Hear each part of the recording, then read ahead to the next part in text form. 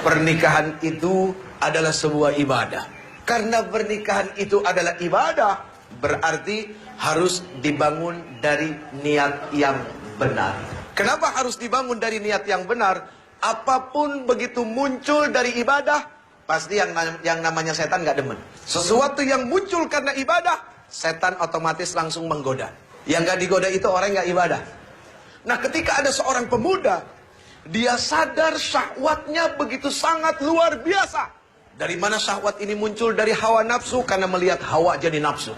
Itulah kondisi laki-laki. Dengan sifat dan karakter yang memang Allah Subhanahu wa ta'ala ciptakan dengan kondisi seperti itu. Nah, atas dasar inilah, ketika seorang laki-laki memiliki syahwat, perempuan pun sama, Allah Subhanahu wa ta'ala tidak inginkan mereka seperti binatang. Nah, disinilah Allah Subhanahu wa ta'ala memuliakan manusia.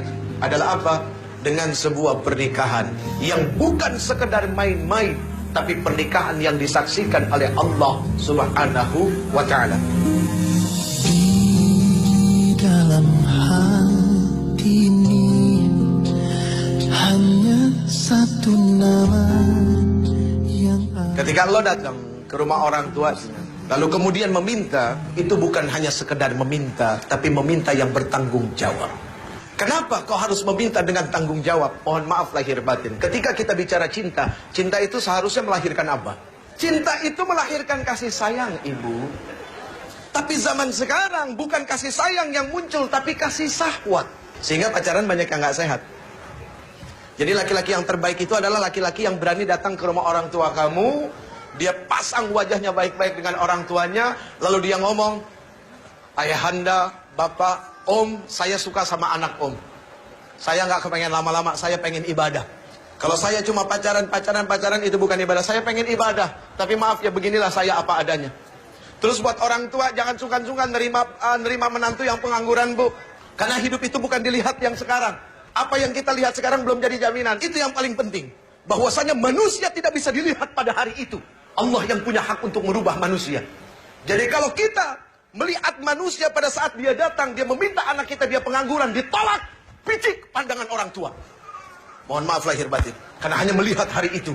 Berarti seperti tidak punya Allah, bahwa hidup yang akan datang itu milik Allah. Kita punya kewajiban mensupport anak kita, memberikan semangat buat mereka, bahwa hidup kamu tidak dilihat dari yang sekarang. Sekarang kamu boleh bahagia dengan orang tua kamu karena orang tua kamu kaya. Tapi besok kalau orang tua kamu dicabut nyawanya, itu harta bukan harta kamu. Kalaupun engkau punya, itu bukan milik kamu. Kamu tidak menikmati mencarinya. Kamu hanya menikmati nikmat warisannya, tidak lebih daripada itu.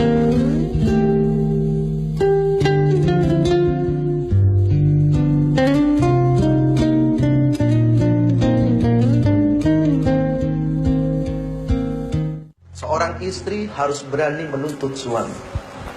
Tapi seorang suami harus berani menuntun istri. Apa yang dituntut? Dituntutnya bukan berdasarkan hawa nafsu, akan tetapi Quran. Hak seorang istri menurut Al-Quran, menurut kacamata agama, menurut kata Rasul, apa? Itu yang dituntut. Suami menuntun, apa yang dituntun? Kebaikan demi kebaikan. Yang pertama, cintailah dia yang bisa mendatangkan kecintaan kepada Allah Subhanahu wa ta'ala. Selesai. Kalau kamu bisa mencintai orang yang membuat kamu bisa semakin cinta kepada Allah, itulah yang akan baik buat kamu. Ketika kamu berada di tangan yang soleh, sesalah apapun kamu tidak akan dizalimi. Kalaupun dia marah karena Allah. Kalaupun dia benci karena Allah. Begitu juga ketika seorang laki-laki di tangan wanita yang solehah. Seorang wanita solehah, ketika ditinggalkan tidak akan membuat suami menjadi was-was. Karena dia amanah. Makanya yang sekarang-sekarang, yang cewek, yang cowok, kamu lihatlah pandang orang tua kamu. Kalau memang sudah cukup tua dan kamu melihat syahwat kamu juga sudah sangat luar biasa dengan pacar kamu, bismillah nikah. Bahagiakan mata orang tua kamu dengan pernikahan. Apa kamu gak kepengen disaksikan sama orang tua kamu? Apa kamu gak kepengen orang tua kamu meneteskan air mata melihat kamu bahagia? detik waktu terus berjalan, berhias gelap dan terang, suka dan duka.